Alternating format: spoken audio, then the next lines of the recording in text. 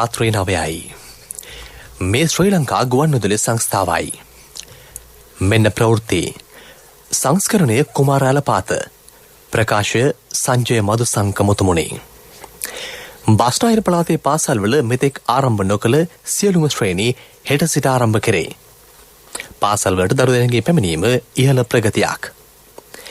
යාපනයේ අධ්‍යාපන කලාපයේ පාසල් සතිය කාලයකට වසා තැබේ. නුවරඑළිය දිස්ත්‍රික්කයේ නගර රසක් ආවරණය වන පරිදි දැවැන්ත සංවර්ධන ව්‍යාපෘතියක්. බතික් ගම්මාන 200ක් පිහිටීමේ වැඩසටහන සාර්ථකව ඉදිරියට. ඉන්දියාවේ COVID-19 ව්‍යාප්තිය යලි උත්සන්න වෙයි. එංගලන්ත කණ්ඩායමට ඉන්දිය කණ්ඩායමෙන් ලකුණු 330ක ඉලක්කයක්. බස්නාහිර පළාතේ පාසල පළමු ශ්‍රේණිය ඇතුළුව මෙතෙක් ආරම්භ නොකළ අනෙකුත් සියලුම ශ්‍රේණි හෙට සිට ආරම්භ කෙරේ. මෙතෙක් ආරම්භ කර ඇති පාසල දරු දෙනෙකුගේ පැමිණීම ඉහළ ප්‍රගතියක් පෙන්වන බව අධ්‍යාපන අමාත්‍යාංශයේ ලේකම් මහාචාර්ය කපිල පෙරේරා මහතා පවසයි. 5 සහ 11 ශ්‍රේණි සිසුන් අතර ඉහළ උනන්දුවක් පවතී. පාසල් ආරම්භීම සම්බන්ධයෙන් දෙමෝපියන්ගේද හොඳ ප්‍රතිචාර රජයට ලැබී තිබෙන බව පෙන්වා දෙයි. සෞඛ්‍ය නීතිවලට අනුව පාසල් කටයුතු සිදු කරන ලෙසට අධ්‍යාපන අමාත්‍යාංශය දැනුම් දී තිබේ. පාසල් ආරම්භ කළ වහා විභාග කටයුතු සහ තරඟ සඳහා දරුවන් යොමු කිරීම යෝග්‍ය නොවේ. පොත්ගල දුරස්ථ භාවය ආරක්ෂා වනසේ පන්ති පැවැත්විය යුතුය. ඒ පිළිබඳ මාර්ගෝපදේශ පාසල් යොමු කර ඇති බව අමාත්‍යාංශය පවසයි. රජයේ සහ රජයේ අනුමත පෞද්ගලික පාසල්වල පළමු වාරය ලබන මාස 9 වෙනිදායින් අවසන් වෙයි. දෙවැනි වාරය ආරම්භ වන්නේ අප්‍රේල් 19 වෙනිදායි.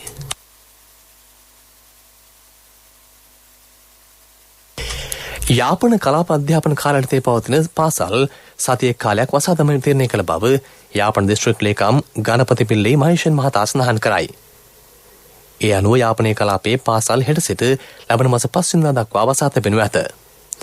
දිස්ත්‍රික්කයේ අනෙකුත් කලාපවල පාසල් අධ්‍යාපන කටයුතු සුපුරුදු පරිදි සිදු කෙරේ. යාපනය තුළ පවතින COVID-19 වෛරසයේ ව්‍යාප්තිය අවධානම සලකා මෙම තීරණය ගෙන තිබේ.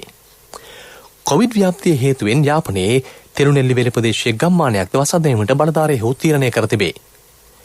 නැවත දැනුම් දෙන තුරු තිරුනෙල්ලිවේලි පරමේශ්වර විද්‍යාලය සහ මුතුතම්බ විද්‍යාලය වසා දමනු ලැබේ. මේ මාසයේදී පමණක් යාපනයෙන් හමු වී ඇති කොවිඩ් ආසාදිත රෝගීන්ගේ සංඛ්‍යාව 300ක් පමණ වේ.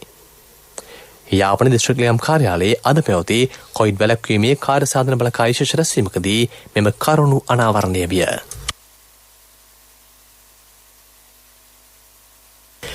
නුවරඑළිය දිස්ත්‍රික්කයේ නගර රසක් ආවරණය වන පරිදි දැවැන්ත සංවර්ධන ව්‍යාපෘතියක් ක්‍රියාවට නැංවීමට රජය සැලසුම් කරයි.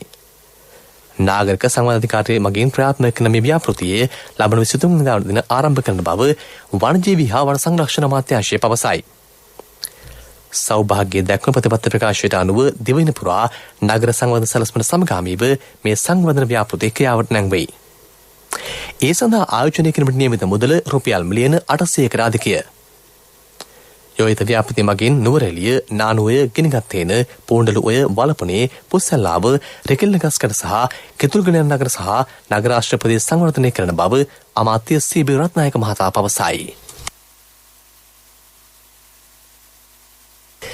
බතික් ගම්මාන 200ක් පිහිටීමේ රජයේ වැඩපිළිවෙල දැන් ක්‍රියාත්මකයි.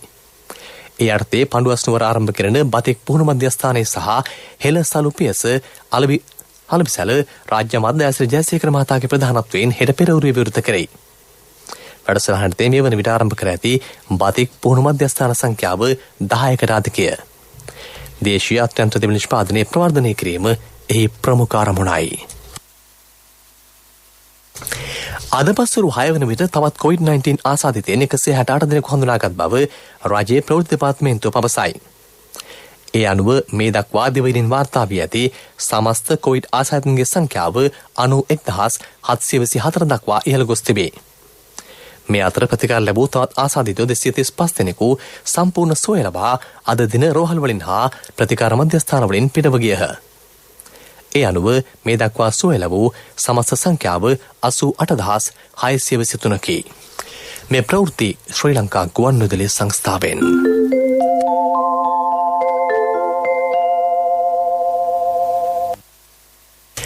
යලිත් ප්‍රවෘත්ති. කායික හා මානසික වශයෙන් ශක්තිමත් සහ තම වගකීම් හඳුනාගත් ජන සමාජයක් රටතුරකට නැගීම තරුණ හා ක්‍රීඩා අමාත්‍යාංශය ආරම්භ බව අමාත්‍ය නාමල් රාජපක්ෂ මහතා පවසයි. රටේ භෞතික සම්පත් මෙන්ම මානව සම්පත් ගොඩනගා සමාජයට රටට ආදරය කරන යහපත් ගති පැවැත්ම වලින් පිරිසක් බිහි කිරීම අරමුණ ඇතිව යෝන් ශීල සමාජ රැසලාන ක්‍රියාවට නංවන බව රාජපක්ෂ මහතා සඳහන් කරයි. ඓතිහාසික සේරවිල මංගල රජමහා විහාරස්ථානයේ පැවති යෝන් ශීල සමාජ රැසලානට එක්වෙමින් අමාත්‍යවරයා මේ බව කියා සිටියේය. ශ්‍රී ලංකා නිදහස් පක්ෂ ප්‍රසංග වැඩපිළිවෙළේ මැදකොළඹ ආසන බල මණ්ඩලය පිහිටුවීම අද පස්වරුවේ සිදු කෙරිණි. පක්ෂයේ සභාපති හිටපු ජනාධිපති පාර්ලිමේන්තු මන්ත්‍රී මෛත්‍රීපාල සේනානායක ප්‍රධානත්වයෙන් මේ පැවැත්වුණි. මැදකොළඹ පක්ෂ ප්‍රධාන සංවිධායක ෆයිසල් මුස්තාෆා මහතා ඇතුළු පිරිසක්ද මේ අවස්ථාවට එක්ව සිටියහ.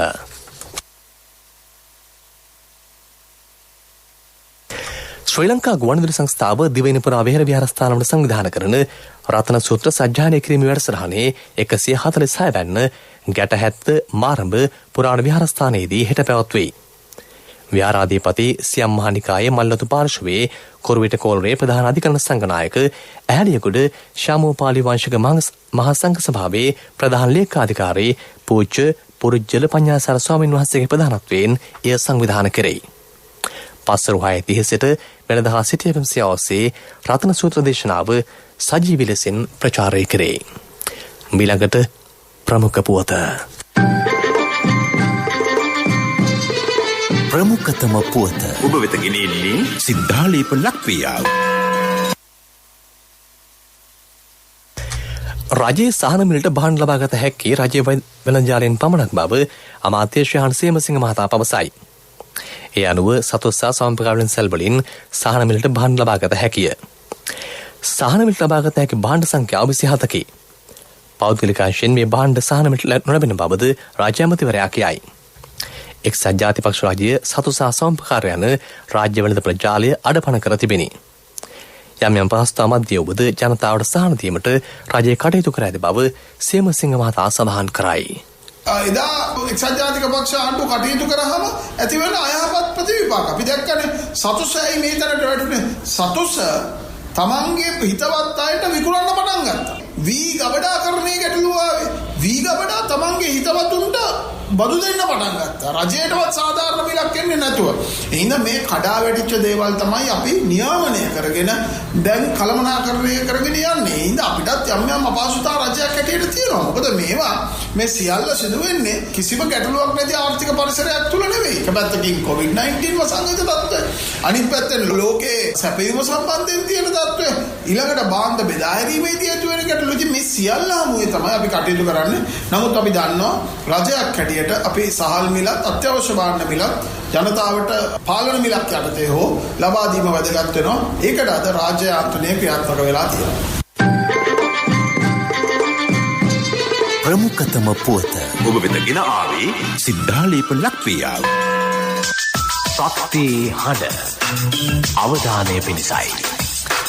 ඇල්පිටිය කහදුව බෙල්ජියානුගම වෘත්තීය මධ්‍යස්ථානයේ වසාදමා මේ වන විට වසර 25ක් පමණ බව ප්‍රදේශවාසීහු පෙන්වා දෙති.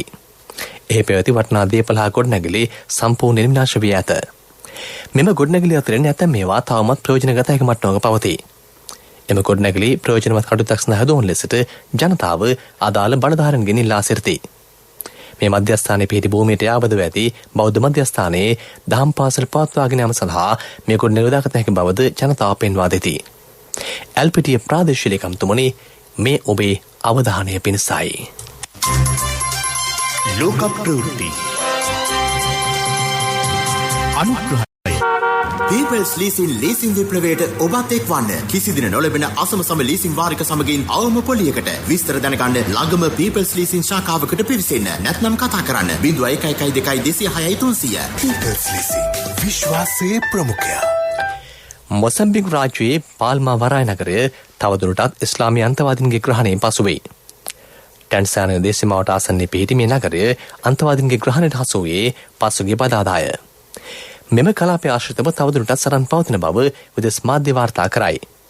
පසුගිය බදාදා සිය දිනකින් පමණ සමන්විත මෙම සන්නද්ධ කණ්ඩායම නගරයේ පිහිටි හමුදා බැරක්කවලට හා රජයේ ගොඩනැගිල්ලට පහර දී බලය අත්පත් කරගෙන ඇත.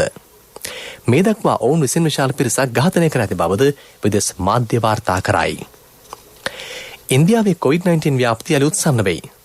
පසුගිය දිනේ පමණක් එහි අලුතෙන් හඳුනා ගන්නා ලද කොවිඩ් ආසාදිතන්ගේ සංඛ්‍යාව 62600කට අධිකය.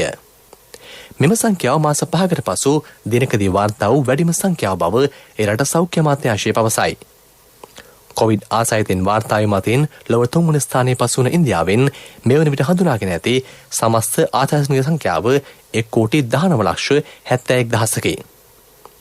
1,61,500කට අධික පිරිසක් කොවිඩ් හේතුවෙන් මරණයට පත්ව ඇත. People's Leasing ලීසින් විප්ලවයට ඔබත් එක්වන්න. කිසිදින නොලැබෙන අසමසම ලීසින් වාරික සමගින් අවම පොලියකට විස්තර දැනගන්න ළඟම People's Leasing ශාඛාවකට පිවිසෙන්න. නැත්නම් කතා කරන්න 0112266300. People's Leasing විශ්වාසයේ ප්‍රමුඛයා. පෙරසර සංවර්ධනයක පුවත් සම්පින්ඩනය සංවර්ධන පුවත් ඔබ වෙත ගෙනෙන්නේ CIB අවුරුදු සමගින් මාර්තු 16 සිට 30 දක්වා සෑම බිල් පතකටම වටිනා තෑගි වවුචර් පත් බැංකු කාඩ් සඳහා 20% දක්වා වත්නම් අපේම තැනකින් අපේම දෙයක් CIB. කළුතර දිස්ත්‍රික්කයේ පළාත් මාර්ග 12ක් කාපට අතුරා සංවර්ධනය කෙරේ. අධීර කිහිපයක් යටතේ මාර්ග රැසක් සංවර්ධනය කර ජනතාවට සහන සැලසීම රාජ්‍ය අපේක්ෂා බව රාජ්‍ය අමාත්‍ය පියල් ශාන්ත සිල්වා මහතා පවසයි. දිනදු බව තුරන් කිරීමට සහ ජීවනෝපාය මාර්ග සංවර්ධනය සඳහාද රුපියල් 74 ලක්ෂයක් වෙන් කර ඇත. එමගින් ඍජුපති ලාභ ලබන පවුල් සංඛ්‍යාව 140කි.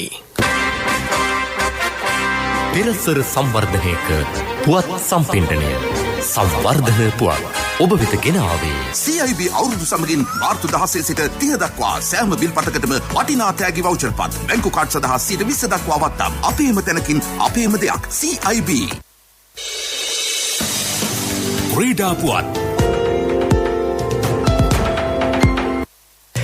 සංචාරක එංගලන්ත කණ්ඩායම සහ සත්කාරක ඉන්දියා කණ්ඩායම අතර තුන්වන එක්දින ජාත්‍යන්තර තරගයේ පූනේහිදී දැන් පැවැත්වෙයි. පාර්ලිමේන්තු පන්දුර පහර දුන් ඉන්දියාව පන්දු වාර 48යි පන්දු දෙකකදී සියලු දෙනාම දැවී ලකුණු 329ක් රැස් කළේ. රිෂබ් පාන්ට් ලකුණු 78යි. පිළිතුරින් ක්‍රීඩා කරන එංගලන්ත කණ්ඩායම පන්දු වාර 38ක් අවසානයේ කඩලු 7ක් දැවී ලකුණු 253ක් ලබා සිටී. ව්‍යාපාරික පුවත් ඔබ වෙත ගෙන එන්නේ 2021 වසරේ පළමු ශ්‍රේණියට ඇතුළු වන පුංචි හපනුන්ට ජාතික ඉදිරි කිරීමේ බැංකුවේ හපන් ගිණුමෙන් රුපියල් 1000ක තැන්පතුවක්. ඔබේ මුදලට සුරක්ෂිතම ස්ථානය ජාතික ඉදිරි කිරීමේ බැංකුව. රුපියල් මිලියන 45,000ක් වටිනා භාණ්ඩාගාර බිල්පත් වෙන්දේසියක් මේ මාස 30 වෙනිදා සිදු කරන බව ශ්‍රී ලංකා මහ බැංකුව පවසයි. දින 91කින් කල්පිරෙන රුපියල් මිලියන 10,000ක් වටිනා බිල්පත්ද දින 182කින් කල්පිරෙන රුපියල් මිලියන 15,000ක් වටිනා බිල්පත් සහ දින 364කින් කල්පිරෙන රුපියල් මිලියන 20,000ක් වටිනා බිල්පත්ද ඒ අනුව නිකුත් කිරීමට නියමිතයි. ටෙන්ඩර් බාර ගැනීම එදින පෙරවරු 11ට අවසන් වෙයි. ව්‍යාපාරික පුවත් ඔබ වෙත ගෙන ආවේ 2021 වසරේ පළමු ශ්‍රේණියට ඇතුළු වන පුංචි හපනුන්ට ජාතික ඉදිරි කිරීමේ බැංකුවේ හපන් ගිණුමෙන් රුපියල් 1000ක තැන්පතුවක්. වැඩි පොලියක් ඉතුරු ගිණුමට 100% රාජ්‍ය ආරක්ෂාව. ශිෂ්‍යත්ව විභාගය සඳහා ආදර්ශ ප්‍රශ්න පත්‍ර කට්ටල් සහ දිවයින පුරා විහිදුණු ශාඛා ජාලය හා තැපැල් උපතැපැල් කාර්යාල ජාලය මගින් ගනුදෙනු කිරීමේ හැකියාව. ඔබත් අදම ඔබේ සිඟිත්තාගේ අනාගතය වෙනුවෙන් හපන් ගිණුමක් අරවන්න. කොන්දේසි අදාළ වේ. ඔබේ මුදලට සුරක්ෂිතම ස්ථානය ජාතික ඉදිරි කිරීමේ බැංකුව.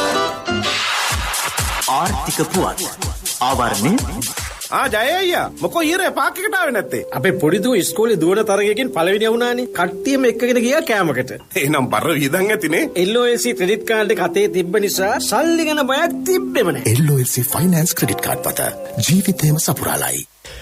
කොරඳු සහ ගම්මිරිස් වගාව දකුණු පළාත් තුළ ප්‍රචලිත කොට සංවර්ධනය කිරීමට අපනයන කෘෂිකර්ම දෙපාර්තමේන්තුව නවඩ පිළිලක් ආරම්භයි.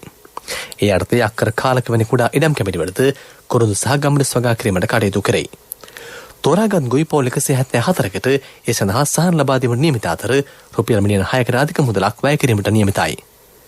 ග්‍රාමීය ආර්ථිකය දියුණු කිරීම වැඩසටහනේ ආරමුණ වී තිබේ. ජය අයියා මොකෝ ඊරේ පාක් එකට ආවේ නැත්තේ? අපේ පොඩි දූ ඉස්කෝලේ දුවන තරගයකින් පළවෙනි වුණානේ. කට්ටියම එක්කගෙන ගියා කෑමකට. එහෙනම් බර වියදම් ඇතිනේ. LOLC ක්‍රෙඩිට් කාඩ් එක අතේ තිබ්බ නිසා සල්ලි ගැන බයක් තිබ්බෙම නැහැ. LOLC ෆයිනෑන්ස් ක්‍රෙඩිට් කාඩ් පත ජීවිතේම සපුරාලයි.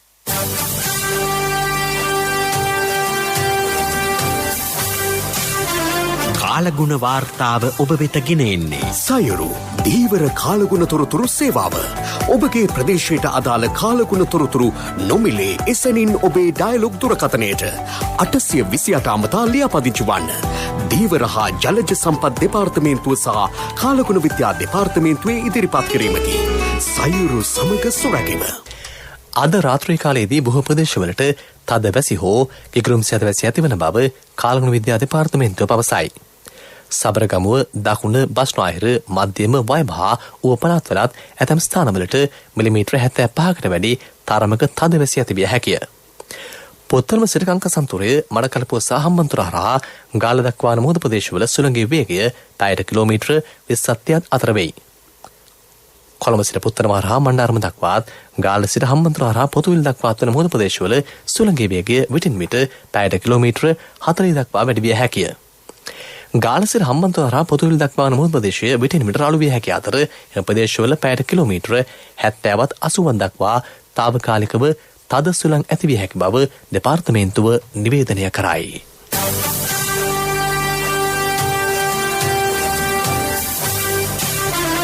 කාලගුණ වාර්තාව ඔබ වෙත ගෙන ආවේ. සයුරු දීවර කාලගුණ තොරතුරු සේවාව. ඔබගේ ප්‍රදේශයට අදාළ කාලගුණ තොරතුරු නොමිලේ එසැනින් ඔබේ ඩයලොග් දුරකථනයට 828 අමතා ලියාපදිංචි වන්න. දීවර හා ජලජ සම්පත් දෙපාර්තමේන්තුව සහ කාලගුණ විද්‍යා දෙපාර්තමේන්තුවේ ඉදිරිපත් කිරීමකි. සයුරු සමග සුරැකීම. ප්‍රවෘත්ති අවසන් කිරීමට යාලි සිරස්තල. බස්නාහිර පළාතේ පාසල්වල මෙතෙක් ආරම්භ නොකළ සියලුම ශ්‍රේණි හෙට සිට ආරම්භ කෙරේ. පාසල්වල දරුදෙනගේ පැමිණීම ඉහළ ප්‍රගතියක්. යාපනයේ අධ්‍යාපන කලාපේ පාසල් සතියක කාලයකට වසා තැබේ. නුවරඑළිය දිස්ත්‍රික්කයේ නගර රැසක් ආවරණය වන පරිදි දැවැන්ත සංවර්ධන ව්‍යාපෘතියක්. බතික් ගම්මාන 200ක් පිහිටීමේ වැඩසටහන සාර්ථකව ඉදිරියට. ඉන්දියාවේ COVID-19 ව්‍යාප්තිය යලි උත්සන්න වෙයි. එංගලන්ත කණ්ඩායමෙන් ඉන්දිය කණ්ඩායමට ලකුණු 330ක ඉලක්කයක්. අපගේ මේ ප්‍රවෘත්ති ප්‍රකාශය www.slbcnews.lk වෙබ් අඩවිය ඔස්සේද ඔබට සවන් දිය හැකියි. අපගේ මීළඟ ප්‍රධාන ප්‍රවෘත්ති ප්‍රකාශය හෙට උදෑසන 6ට බලාපොරොත්තු වන්න. රාත්‍රී ප්‍රවෘත්ති ඉන් සමාප්තයි.